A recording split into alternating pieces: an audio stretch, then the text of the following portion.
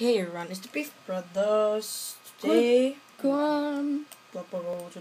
will show how to farm Leeku. And where he spawns. Or she or he or it. He spawns many places. You cannot see it on mine, but you can see it on Gukorn.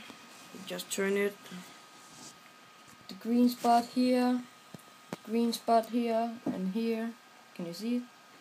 Here, all the green spots around. So you just have to fly around in circles, round, and I did it. It takes some time. Fucking long time.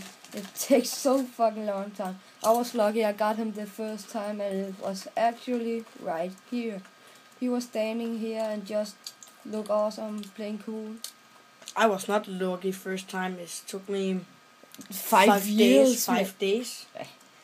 It feels like you was so unlucky. Just when you fly and fly and fly and fly and fly. You were so unlucky to find him. Yes. Well, look at him when he's on the beast. Now you know how to farm him. It's just round and round and round. It's easy. It's a very cool pet. Very nice pet. Really beautiful. Really beautiful pet. Especially with his under beast wet. He looks so cool when he's wet with the black spots and black mouth. Yes. He's one of the coolest pets. And the frostbite. Frostbite. You can see it. The frostbite. He's so fucking cool. So nice. That was all. How to farm Leeku Naga.